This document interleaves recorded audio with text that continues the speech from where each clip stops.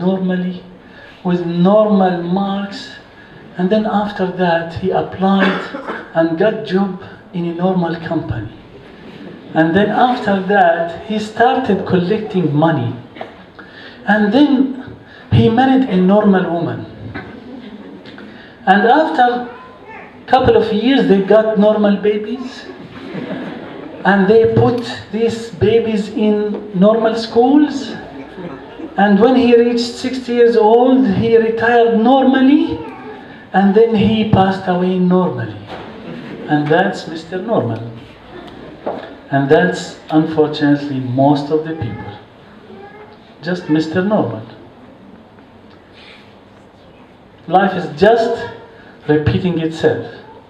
Well, if someone is thinking that this is life, Allah is not going to enjoy anything. He will enjoy if he bought a car for a week or so, and then that's it. He will enjoy if he bought a house. He will enjoy if he married. He will enjoy for just a short period of time, and that's it. This is Mr. Normal. If you are willing to have happiness by something that is material, you are Mr. Normal. Happiness is not going to come by buying a new stuff.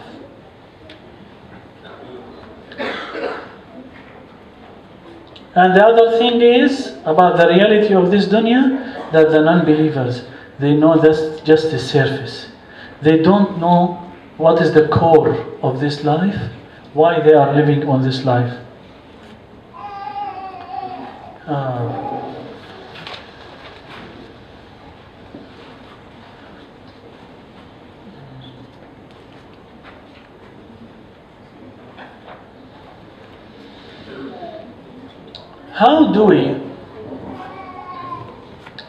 How do we define the goal that will lead us to happiness? By the way, how long do I have? How long do I have? 10 more minutes? Half an hour? That's too much. Okay. I need to fill up all of this? Half an hour? Allah said in the Quran, أَوَلَمْ يَتَفَكَّرُوا فِي أَنفُسِهِمْ مَا خَلَقَ اللَّهُ السَّمَاوَاتِ وَالْأَرْضَ وَمَا بَيْنَهُمَا إِلَّا بِالْحَقِّ. Didn't they think about themselves? Allah didn't create the heavens and the earth except with truth. Allah didn't create the heavens and the earth except with truth. So what is this truth?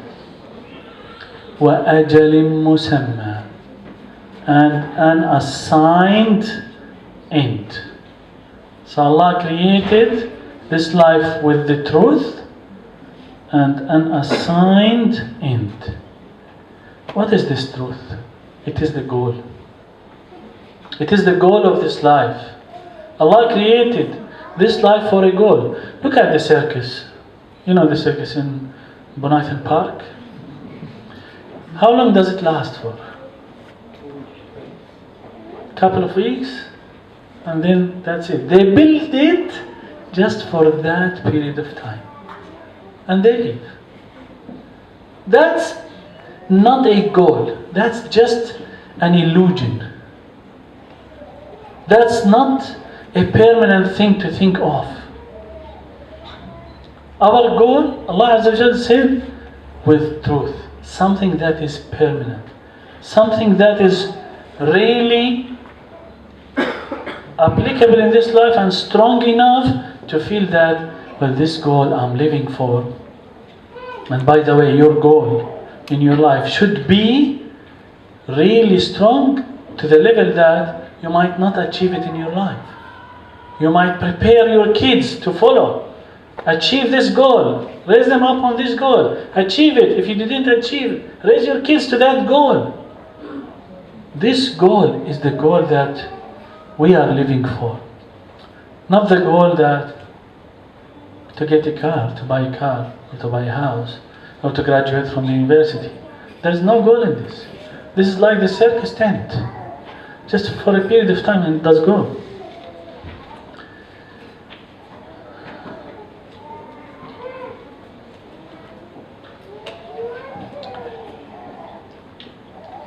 Look at this. Life is very short. Even though you think about it 60, 70 years old, it's very short. Allah created for this short life skies, earth, planets, stars, all of this system just for this period of time. Allah made all of these rivers, these galaxies, just for a couple of years. Is this true? Just created just for us to live for these couple of 10 years? There is no sense in this. If that whole universe was created so that we live 60 years and that's it, there's no sense in that. Now someone will think, why did Allah Azza wa Jal make the life short? Why is it just 60 years old or 70 years old? Why isn't 200 years, 300 years, and still in the youth age, enjoy your time? Why didn't Allah make the life long? Why is it just this length? Who can think? We already have the guidance. We already have the guidance? What do you mean? The Quran. The Quran?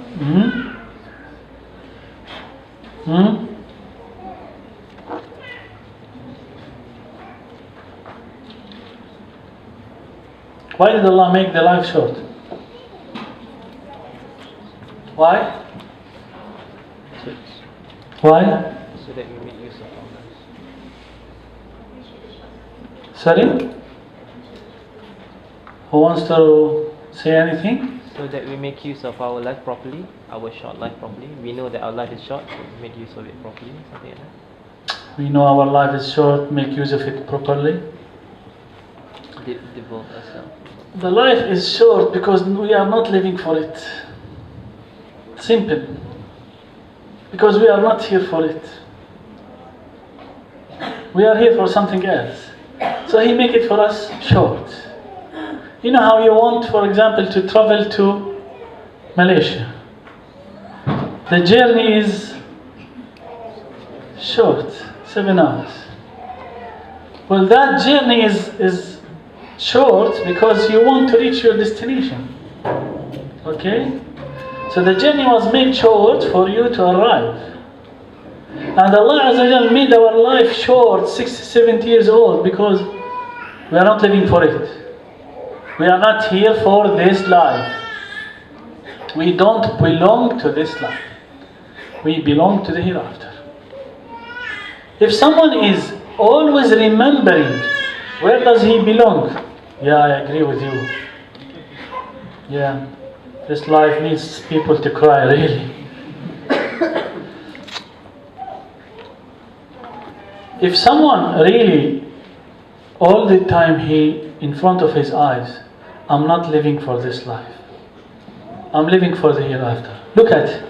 I will just give you an example about his life. He came in the morning and someone shouted on him, cursed him, started swearing on him. And he remembered, I'm not living for this life. So why should I take revenge? That's all. I don't want revenge. Keep going. Someone attacked him, someone hit him, someone punished him. Why should I take revenge? I'm not here for this life. Shall I take revenge for this dunya? If I take revenge, I'm taking it for this dunya. I'm not here for this. Keep going. He got good marks. Alhamdulillah. Inshallah, it will be for the hereafter. He got bad marks. He did well. He did his job. He did his effort. But he got bad. That's all from Allah. As long as Allah is satisfied, I'm for the hereafter. He was driving, he got an accident. He lost his car. As long as Allah Azza wa Jalla is pleased for me, that's not a problem. That's just a car. It will go and come. He lost his money, he got kids, he lost his job, he got job. Nothing is gone. His only purpose is, I'm living for there. In front of me, I'm seeing there. That's why this man, when he leaves this dunya, what's going to happen to him while he's leaving? He will be smiling. He will be happy on the point of his death. Because he wasn't living for here. You know how when you are traveling to Malaysia, when the airplane arrives, and then we arrived. Alhamdulillah. That's exactly the believer. The believer, when he arrives to the hereafter, that was a hard one. This life was really hard. Alhamdulillah, we finished it. Let's go. That's the believer. That's why they were asked, why do we like this dunya and hate to die? The scholar said, easy. You built this dunya. Look at yourselves. You've been struggling your whole life to buy a house, a car, teach your kids in the school, in the best university, best school, all of this, health insurance, blah, blah, blah, blah, all just trying to decorate your life. And what did you prepare for your hereafter? Yeah, in the spare time, I can do some da'wah. In the spare time, inshallah, if I have time, I will read Quran. If I find some time, I will open a book and read. Well, this man, if he hears about death, no, I don't want to die. I don't want to die. The other way, the believer, as the scholar said, but those people prepared their hereafter and destroyed their dunya. Their dunya was just rubbish. They were living it. So they like to leave this dunya and to go. They prepared there. They like to go there. This is the difference between those who love to go there and those who love to stay here. And the sign of loving Allah Azza wa Jal is, do you love to meet Him? Or you are not sure? If Allah Azza wa Jal took your soul now, are you going to be happy meeting Him? Or not sure? This is the point.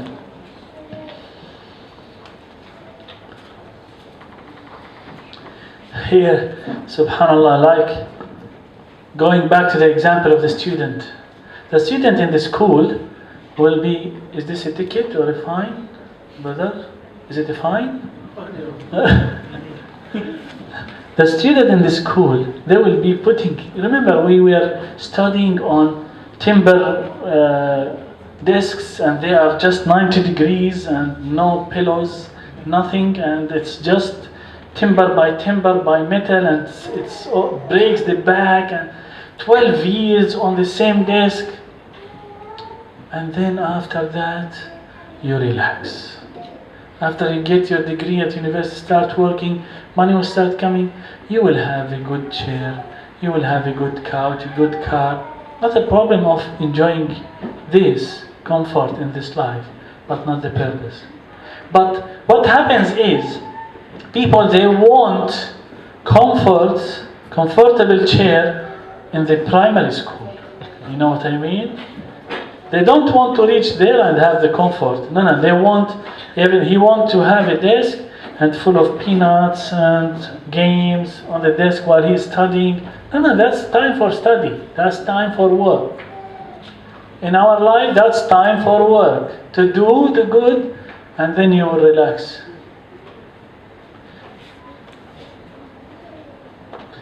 So we need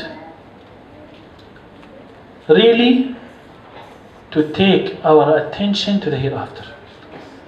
To be able to concentrate our attention on the hereafter, to be able to live the correct life. And that will not happen except if you convert everything in this life 180 degrees. How is that? First, Allah Azza wa Jal every time he says, believe in Allah and تؤمن بالله واليوم الآخر. So believe in Allah and the hereafter. So connect you, mubashir, straight. Now, how do I live opposing the normal life 180 degrees? People usually like when they earn money, when they see their account, they have money coming in their account, they love. That's the normal. You want to live for the hereafter? You need to convert this 180 degrees. You will be happy to pay. And that's why they say, look at yourself. If you take money, you are happy, or if you give money, you are happy. Which you are happy more? So you know, are you from this dunya, belong to this dunya, or belong to the hereafter? So you got your salary. Yeah, alhamdulillah, I got my salary. I donated. I have orphans I'm taking care of. I'm paying for my money for da'wah. I'm paying for money for poor people.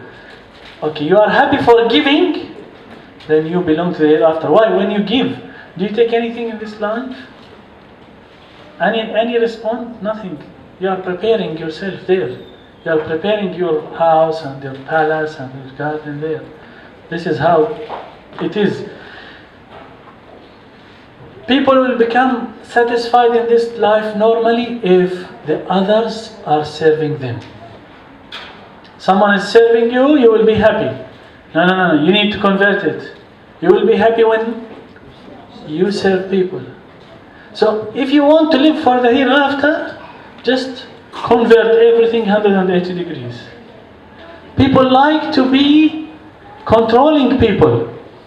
No, you like to be with the normal people, with the just.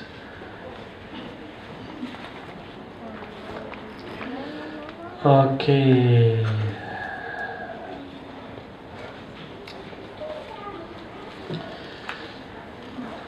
I will finish with just one example. You know the pyramids in Egypt. The pyramids in Egypt, they built it in a way that the sun will enter, the sunlight will enter on the grave of Pharaoh once every year. And that day is the day of his death. Look how, can you bring any engineer nowadays and tell him, I want you to build a house that the sun will enter from the window to the house just one day every year? Can any engineer do this? Azam, can any engineer nowadays do this? No way. Look how the Egyptians, they were really highly developed. Really, the technology was very high. In Spain, Andalus, there is a palace called Al-Hamra. In the open area in that palace, there are 12 lions. And these lions, every month finishes, first day from the second month, 12 o'clock in the night, plus 1 second, one lion will stop and the other lion will start pumping water. The month finishes, second month start, this lion will stop, the other lion will start pumping water. And with the current technology, they were looking, what is this?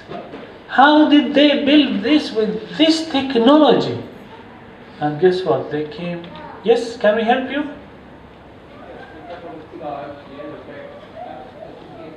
Sorry? Oh, piano. Where is the piano? You want to return the piano? Just put it in the back. So with our technology, they wanted from their curiosity to know